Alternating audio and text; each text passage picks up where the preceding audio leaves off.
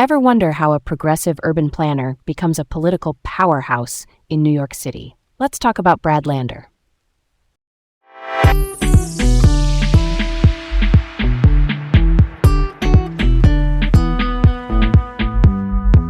Hey, I'm Garrett, feeling pretty excited to dig into today's topic. And I'm Leah, thrilled to explore this fascinating journey with you. Welcome to Laid Back Learning with Leah and Garrett. Today's topic is Brad Lander, a progressive force in New York City politics. Once I stumbled into a participatory budgeting event in Brooklyn. Picture a school gym with neighbors pitching ideas for park fixes and classroom tech. I later learned Brad Lander helped bring that concept citywide.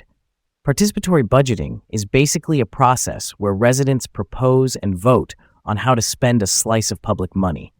It felt like local democracy you could touch, and I was like, that's pretty cool, right? So who is Brad Lander? In simple terms, he is an urban planner turned New York politician who built a reputation on progressive policy and nitty-gritty governance. He served on the New York City Council starting in 2010, representing a Brooklyn district that includes Park Slope, Carroll Gardens, and parts of Kensington and Gowanus, and then he became the city's comptroller in 2022, which is the chief financial officer who audits agencies, oversees contracts, and manages pension funds. If we need an image, he's the architect of a certain style of modern progressive policy in New York City, drawing the blueprint, counting the beams, and checking the bolts. And he did not just talk about participation, he wired it into the system. On the council, he co-founded the Progressive Caucus, a bloc that pushes for things like labor standards and civil rights. He also spread participatory budgeting beyond a pilot. Now more than half of council districts use it. As comptroller, he tried something similar with fiscal tools, using audits, contract reviews, and data to push for equity audits and accountability. It's kind of a through line: bring people in, build guardrails, and then follow the money. Let's set the early scene. Lander was born in July 1969 in suburban St. Louis, Missouri, and raised in a Reform Jewish family in Creve Coeur. He has cited Martin Luther King Jr. and Rabbi Abraham Joshua Heschel as early influences. That mix of civil rights and moral philosophy shows up later in his work. As a teen, he helped organize a Washington march supporting Soviet Jews who wanted to emigrate, so organizing was in the picture early. Education-wise, he graduated from the University of Chicago in 1991 and was a Truman Scholar. That scholarship goes to students headed for public service. He then earned a master's in anthropology at University College London on a Marshall Scholarship. After that, he picked up a master's in urban planning at Pratt Institute in New York. You can kind of see the toolkit forming: people and places, numbers and neighborhoods. His first big New York chapter was running the Fifth Avenue Committee from 1993 to 2003. That is a nonprofit in Park Slope focused on affordable housing and community development. Under his leadership, they developed and managed low-cost apartments and community facilities, and they even picked up awards: a New York Magazine Civics Award in 2000 and a National Leadership Award in 2002. That foundation is important because later he keeps returning to the housing and tenant protection space. Then he moved to direct the Pratt Center for Community Development in 2003. There he challenged parts of the Bloomberg-era development model, including skepticism of the Atlantic Yards project in Brooklyn, which was a large-scale arena and housing plan.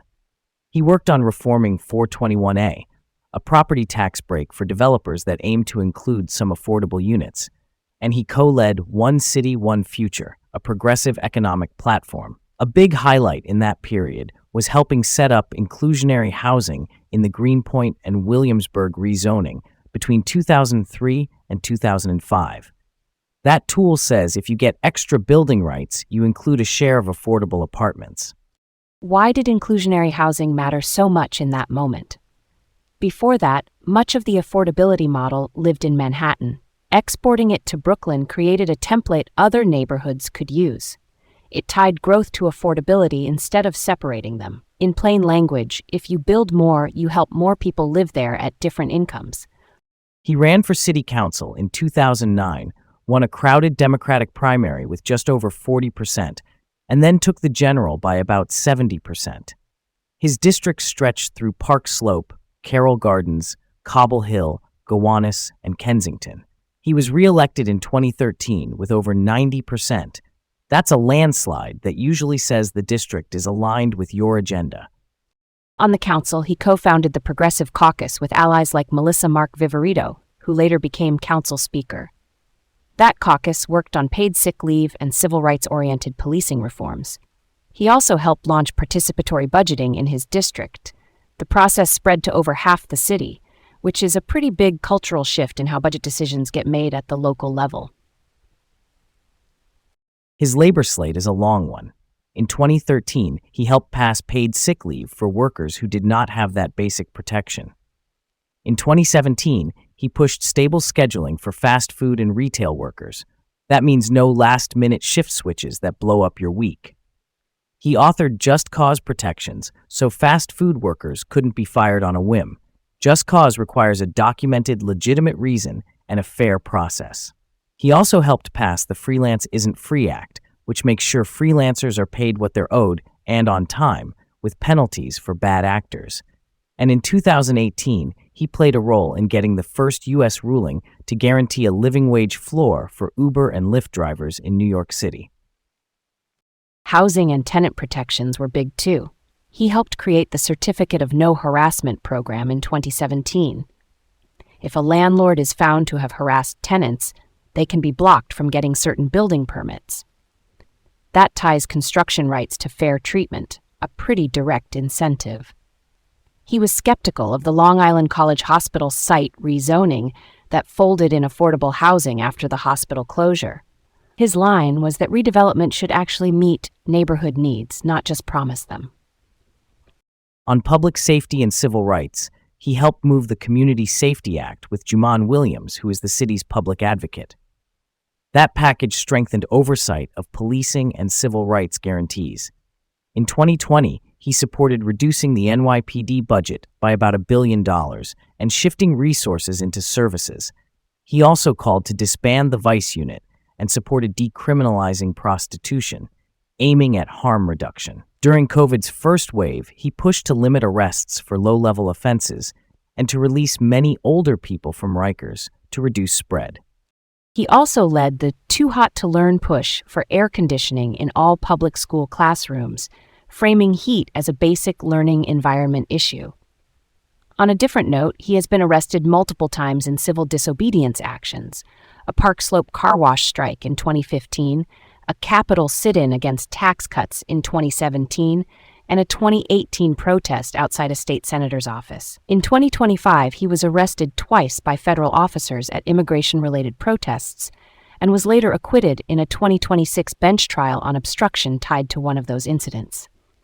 A bench trial is when the judge decides guilt rather than a jury. He did have an ethics stumble in 2019 when he admitted violating rules by using his official position to solicit donations for a nonprofit he helped create.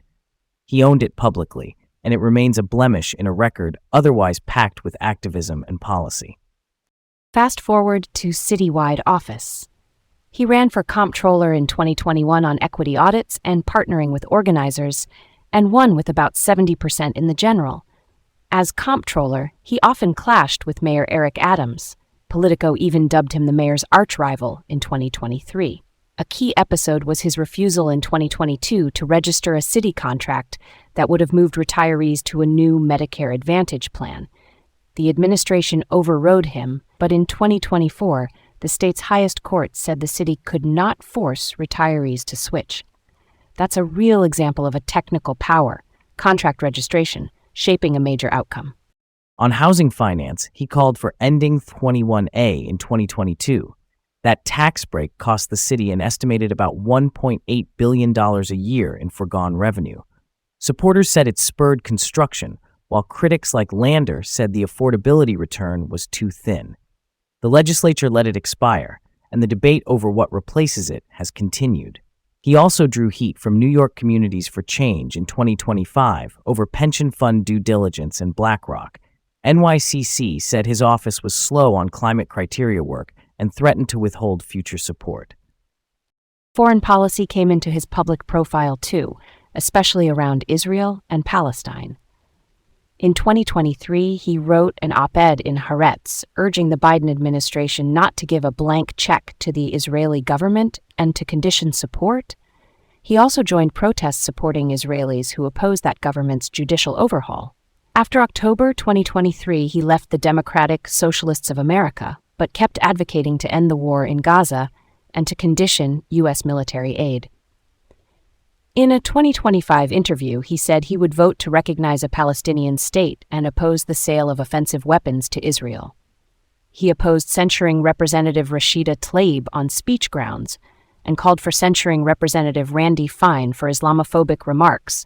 So, a free speech and anti-bigotry through line is visible there. Politically, he challenged Adams in the 2025 mayoral race and finished third, then cross-endorsed with Zoran Mamdani, a Queens Assembly member who became a leading progressive contender and went on to win. A New York Times panel and Ezra Klein had actually picked Lander as their top choice, citing management chops and consensus building. After that mayoral run, he pivoted to Congress. In late 2025, he announced a primary against Representative Dan Goldman in New York's 10th District, which leans heavily Democratic. He won the primary in June 2026, backed by figures like Elizabeth Warren, Bernie Sanders, and the Working Families Party. In a D+26 district, that primary was basically the ballgame. Before we switch gears, one more community thread. He has maintained relationships across Jewish and Muslim communities, from Dov Hikind, a conservative former assembly member, to Linda Sarsour, a prominent pro-Palestinian activist. That balancing act reflects the diversity of his Brooklyn base.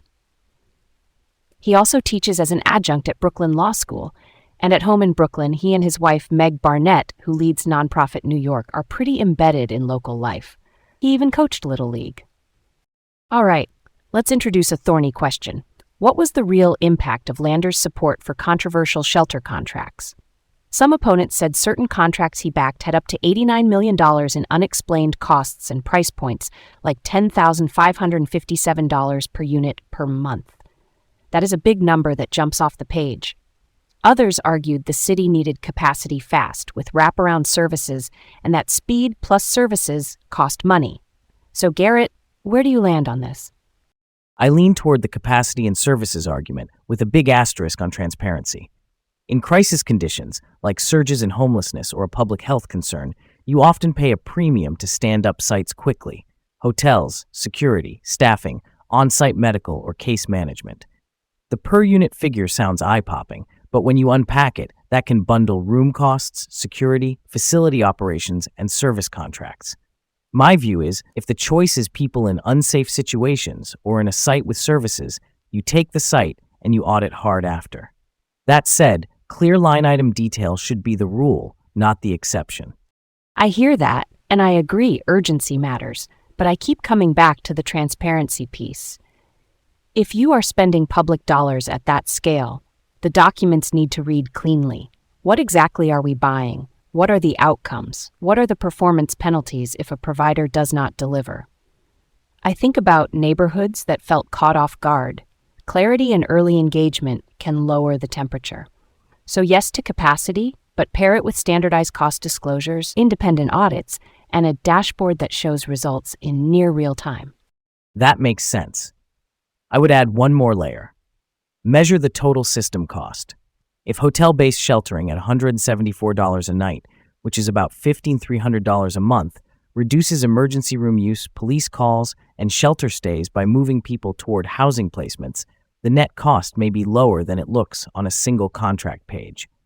But you only see that if the city tracks cross-agency outcomes. So we end up in a similar place. Move fast, but make the numbers legible and tie them to results. Real talk, that kind of system view is hard, but it is doable. And for fairness, there were neighborhood disputes about impacts from the COVID hotel program. Some reported disorder, others said there were minimal problems. That split shows why consistent measurement and communication matter. Otherwise, anecdotes drive the whole debate. No direct pop culture angle here, but I can imagine a limited series built around his career. One season in the council passing worker protections, another in the comptroller's office using audits as a plot device, and a finale with congressional campaigns and thorny foreign policy votes. The through line would be how dry-sounding tools like contract registration and zoning text become the engines for big life outcomes. I would watch the episode where participatory budgeting day turns into a neighborhood heist of whiteboards and sticky notes, but for real, the governance details are where the drama lives. Let's run a what if. What if the New York legislature had renewed 421A in 2022? That tax exemption rewarded new construction that included some below-market units, but critics said the affordability slice was too small for the price tag. If it had been renewed, I think Lander would have pushed to rewrite it rather than end it. Deeper affordability bans, stronger geographic targets, and tighter clawbacks if promises were missed. He has a history of tweaking rules to get clearer returns. I agree. I think he would have gone hard on verification and value for money. For example, require permanent affordability instead of time-limited terms, or tie benefits to local median incomes that reflect actual neighborhood wages. I could also see him pairing a renewed 421A with stronger anti-harassment tools like the Certificate of No Harassment program. That way, growth does not become displacement. The developer side would argue predictability is key, so a tighter but clearer playbook might actually speed some projects. The big impact would likely be on the construction pipeline. Renewal might have kept more projects penciling out in 2023 through 2026, but by insisting on a better affordability mix, you could shift who benefits from those new units. It becomes a math problem. How many units get built, at what rents, with what subsidy per affordable apartment? Lander's track record suggests he would chase a higher affordability yield per public dollar. Thanks for tuning in, stay curious, and keep learning. See you next time on Laid Back Learning with Leah and Garrett.